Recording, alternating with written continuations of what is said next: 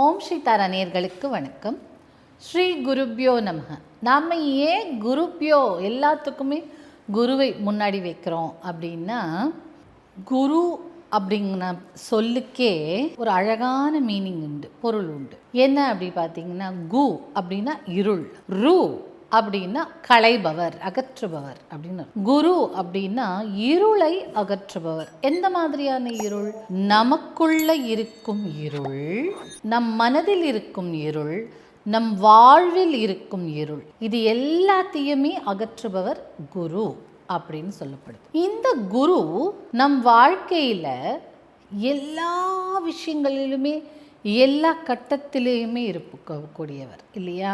இப்போ மாதா பிதா குரு தெய்வம் அப்படின்னு சொல்றாங்க. ஸோ குருவை 3வது ஸ்தானத்தில் வச்சிருக்காங்க இல்லையா? நம்மளுக்கு ஜனனம் கொடுத்தது தாய், உயிர் கொடுத்தது தந்தை, ப்ளஸ் உலக விஷயங்களை கற்றுக் கொடுத்தது நம் தந்தை. ஆனால் தாய் தந்தை நம் வாழ்வில் இத்தனை முக்கியத்துவமாக இருக்கிறார்.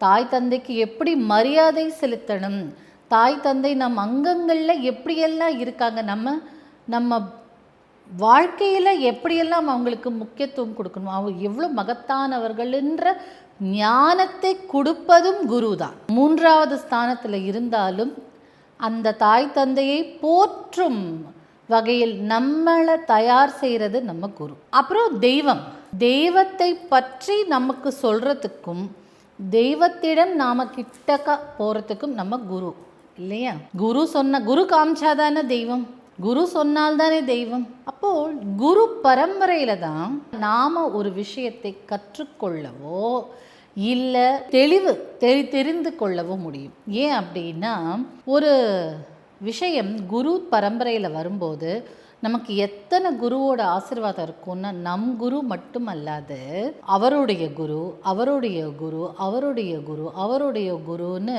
ஆதி குருவில் இருக்கும் எல்லா குருவின் ஆசீர்வாதமும் நமக்கு கிடைக்குமா. அப்போ நம் வாழ்க்கையில நாம செய்த கர்ம வினையினால் படும் துன்பங்களோ படும் கஷ்டங்களோ நிறைய உண்டு. அது நம்ம கர்மாவை கழித்துதான் ஆக வேண்டும். ஆனா இந்த குருவின் ஆசிர்வாதம், குரு நம்ம கையை பிடிச்சுக்கிட்டாலோ, நாம குருவின் திருப்பாதங்களை பிடிச்சுக்கிட்டாலோ, அந்த கர்மாவினால் நம்ம படும் துன்பம் இருக்கு இல்லையா, கர்மாவினால் நாம் படும் அவதி இருக்கு இல்லையா, அதனுடைய தாக்கம் குறையுமா. ஒரு குருவை நாம அப்படி தேர்ந்தெடுத்து அவரை அப்படியே கண்மூடித்தனமாக பின்பற்றும் போது, கர்ம வினையினால் நம்ம படப்போற குரு நான் கஷ்டத்தெல்லாம் போக்குறேன் அப்படி சொல்ல மாட்டார். ஆனால் தலைக்கு வந்தது தலைப்பாகையோடு போகுங்கிற மாதிரி அதனுடைய தாக்கத்தை குறைத்து நம்மளை வாழ்க்கை என்னும் சமுத்திரத்தை கடக்க பெரும் அளவில் உதவுவாங்க. உங்களுக்கு ஒரு எக்ஸாம்பிள் சொல்கிறேன்.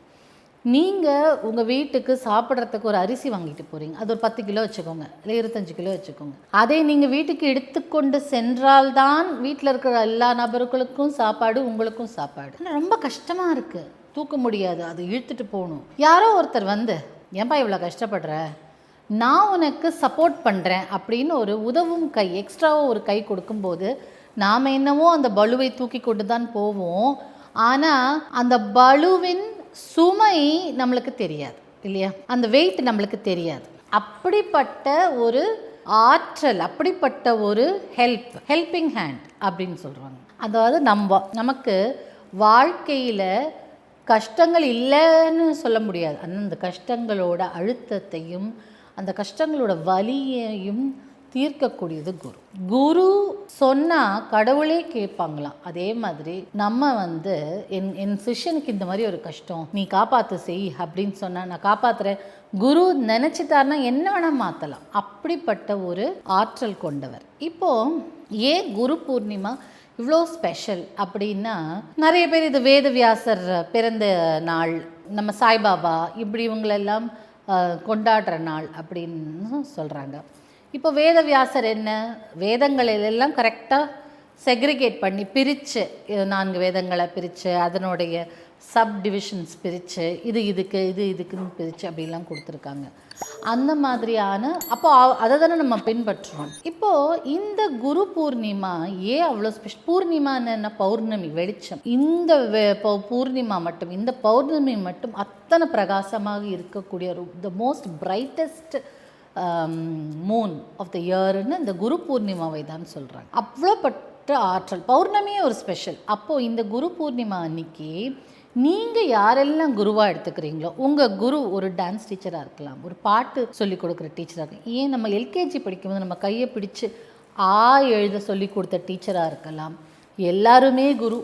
நமக்கு இது அப்படின்னு சொல்லி கொடுக்கறதுக்கு ஒரு குரு வேணும் இல்லையா? படிக்கிறதுக்கு நம்ம குரு வேணும் இல்லையா? எல்லாருமே குரு. அப்போது நமக்கு எந்த டீச்சர் நம்ம வாழ்க்கையில் நிறைய டைம் நம்ம ஸ்கூல்லேயும் சரி எங்கேயும் சரி ஒரு பர்டிகுலர் டீச்சர் நம்மளுக்கு ரொம்ப பிடிச்சிருக்கும். நம்ம வாழ்க்கையில் நிறைய மாற்றங்களை அந்த ஒரு டீச்சர் பண்ணி கொடுத்துருப்பாங்க. அந்த டீச்சரை போற்றும் வகையாக இது நம்ம டீச்சர்ஸ் டே கூட சொல்லலாம். ஏன் அப்படின்னா, யார் வேணால் டீச் பண்ணலாம். நாளைக்கு சின்ன குழந்தை கூட நம்மளுக்கு ஒரு பாடத்தை கற்பித்து போகலாம். ஸோ அந்த மாதிரி நாம் எதை கற்றுக்குறோமோ அவங்கள போற்றலாம். யார் நம்ம வாழ்க்கையில் பெரும் அளவில் ஒரு சேஞ்ச் கொண்டு வந்தாங்களோ அவங்கள போற்றலாம். உங்களுக்கு குரு வேணும், எனக்கு நான் ரொம்ப நாளாக குருவை தேடிட்டுருக்கேன், எனக்கு யாரும் இல்லைன்னு சொல்லும் பட்சத்தில் உங்களுக்கு குரு அருள் வேணும்னா நீங்களே ஒரு குருவை தேர்ந்தெடுத்துக்கொள்ளும். அந்த குரு உயிரோடு தான் இருக்கணும்னு அவசியம் இல்லை. அந்த குரு சாய்பாபா இல்லை வேதவியாசர் இல்லை நம்ம சித்த பெருமக்கள் கூட ஒரு குரு தான். ஸோ நான் அகஸ்தியரை எடுத்துக்கிறேன், இல்லை போகரை எடுத்துக்கிறேன், கரூரார் எடுத்துக்கிறேன், அவன் ஒரு குரு தான். அவரை எப்படி காண்டாக்ட் பண்ணணும் அப்படின்னா, நம்ம எப்படி காண்டாக்ட் பண்ண முடியும்? நம்மளுடைய தியானத்தாலையும் நம் மனதாலையும் தான் காண்டாக்ட் பண்ண முடியும். ஸோ அதற்கு என்ன வழி? அதை வழிகாட்டுறதுக்கு ஒரு குரு வேணும் இல்லையா? ஸோ அந்த மாதிரி குரு பரம்பரையில் நீங்கள் ஒரு விஷயத்தை கற்றுக்கும் போது அந்த குருவின் பிளெஸ்ஸிங்ஸோட ஆற்றலோடு நம்மளுக்கு வரும். ப்ளஸ் நம்ம ஏதாவது தப்பு பண்ணால் நம்மளை காப்பாற்றுறதுக்கு குரு இருப்பார். ஸோ அந்த மாதிரி குரு பரம்பரையில் ஒரு விஷயத்தை கற்றுக்கலாம். அதை தாண்டி இன்றைக்கி நீங்கள் என்னெல்லாம் பண்ணலான்னா, உங்கள் குருவை நீங்கள் பெருசாக பாத சேவையோ பூஜையோ, இப்போ நீங்கள் உங்கள் டீச்சரை நான் அப்ரிஷியேட் பண்ணணும் அப்படின்னு போடும்போது பெருசாக ஒன்றும் பண்ண வேணும். அவங்களுக்கு ஒரு ஃபோன் பண்ணி, இன்றைக்கி குரு பூர்ணிமா, நீங்கள் எங்கள் வாழ்க்கையில் நிறைய மாற்றங்களை கொடுத்தீங்க, உங்களை நான் இருக்கிறேன், நீங்கள் தான் எனக்கு குருன்னு ஒரு வாயால் சொன்னால் கூட சந்தோஷப்படுவாங்க இல்லையா? அப்படி பண்ணலாம். இல்லை உங்களால் முடிஞ்ச ஒரு ஸ்வீட்டோ இல்லை ஏதாவது ஒரு உடையோ வாங்கி கொண்டு ஒரு கிஃப்டோ கொண்டு கூட கொடுக்கலாம். அப்படி பண்ணலாம். பட் ஆன்மீக இதில் நீங்கள் என்ன பண்ணலான்னா, துளசி தீர்த்தம் கொண்டு மகாவிஷ்ணுவுக்கு ப்ரேயர் பண்ணலாம். இல்லை உங்கள் குரு, நீங்கள் ஒரு ராகவேந்திராவை குருவை எடுத்துகிட்ருக்கீங்க, இல்லை ஒரு சாய்பாபாவை குருவாக எடுத்துகிட்ருக்கீங்க, மகாவதார் பாபாஜியை குருவாக எடுத்துகிட்ருக்கீங்க அப்படின்னும் பட்சத்தில் நீங்கள் அவங்களுக்கு என்ன பூஜை செய்யணுமோ, உங்களுக்கு எதாவது நாமாவளி தெரிஞ்சால் பூஜை பண்ணிவிட்டு துளசி தீர்த்தமோ ஒரு நெய்வேத்தியமோ செஞ்சு இது எல்லாத்துக்கும் டிஸ்ட்ரிபியூட் பண்ணலாம். நீங்கள் குரு கிட்ட கற்றுக்கிட்ட ஒரு வித்தையை அன்னைக்கு உங்கள் குருவின் பெயரை சொல்லி எல்லாருக்கும் சொல்லி தரலாம். அதே மாதிரி உங்கள் குரு கிட்ட நீங்கள் எதை கற்றுக்கணும், அன்றைக்கி உங்கள் குரு கிட்ட ஆசீர்வாதம் வாங்கணும் அப்படின்னு இருந்தால் நீங்கள் அங்கே போய் அவங்கக்கிட்ட ஆசீர்வாதம் வாங்கிட்டு அவங்கக்கிட்ட தீட்சை கொடுக்கும் குருவாக இருந்தால் ஒரு தீட்சையை வாங்கிக்கோங்க. ரொம்ப பவர்ஃபுல்லாக இருக்கும். வாழ்க்கையில் பெரும் மாற்றத்தை, பெரும் அளவில் தாக்கத்தை நம் வாழ்க்கையில் கொடுத்தவர் குரு. அந்த காலத்தில் ஒரு குரு கோத்திரத்தை பேஸ் பண்ணியே அவங்களுடைய ஆற்றலை கண்டுபிடிக்கும் அளவுக்கு இருந்தாங்க. ஸோ குரு பரம்பரையில் நாம் ஒரு விஷயத்தை கற்றுக்கிட்டால் அந்த விஷயமே ரொம்ப ஆற்றல் மிக்கதாக இருக்கும் அப்படின்னு சொல்கிறாங்க. இல்லைன்னா வேதவியாசரே நீங்கள் ஒரு குருவாக எடுத்துகிட்டு ப்ரேயர் பண்ணிங்கனாலே போதும், அவரே உங்களுக்கு பல விஷயங்களை சொல்லி கொடுத்துருவார், வழிகாட்டிடுவார். அத்தனை பவர் கொண்டவர். அந்த வேதவியாசரையும் இன்றைக்கி மனசார நினச்சி அவருக்கு ஒரு விஷயம், ஒரு நைவேத்தியம் சமர்ப்பணம், ஒரு மலர்கள் சமர்ப்பணம். குரு பகவான் இல்லை படிப்புக்கு ரொம்ப இம்பார்ட்டன்ட். ஸோ அந்த குரு பகவானுக்கு பூஜைகளை மேற்கொள்ளலாம். உங்களுக்கு இந்த கொண்டக்கடலை மாலை இல்லை மஞ்சள் மாலை அதெல்லாம் கட்டி போடலாம். இல்லை மஞ்சள் உடை அணிந்து அவர்களுக்கு மஞ்சள் வஸ்திரம், மஞ்சள் ஆசனம் அப்படிலாம் போட்டு ஸ்பெஷலாக அவருக்குன்னே ஒரு பூஜை பண்ணலாம்.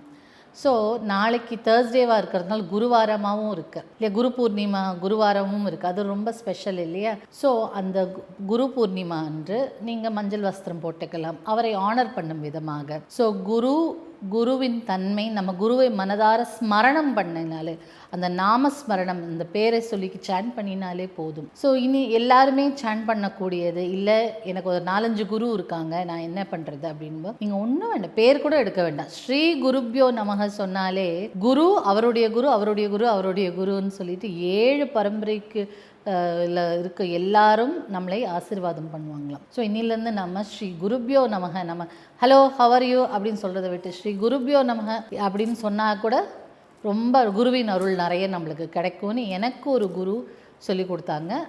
நான் அதை ஃபாலோ பண்ணுறேன், என்னை சார்ந்தவர்கள் அதை ஃபாலோ பண்ணுறாங்க. அதனால் யாரை பார்த்தாலும் ஹலோ எப்படி இருக்கீங்கிறத விட்டுட்டு நான் ஸ்ரீ குருப்யோ நமக அப்படின்னு சொல்லியே ஸ்டார்ட் பண்ணும்போது அவருடைய ஆசீர்வாதத்தோடு ஸ்டார்ட் பண்ணுறதா எனக்கு ஒரு நம்பிக்கை இருக்கும். அதே மாதிரி உங்கள் குருவை நீங்கள் போற்றும் வகையிலும் மெச்சும் வகையிலும் நீங்கள் உங்களுடைய நாமத்தை, குருவின் நாமத்தை எடுத்து கூட சொல்லலாம். ஸோ அந்த மாதிரி உங்களுடைய குருவை போற்றுங்கள், கொண்டாடுங்கள் குரு பூர்ணிமா திருநாள் அன்று.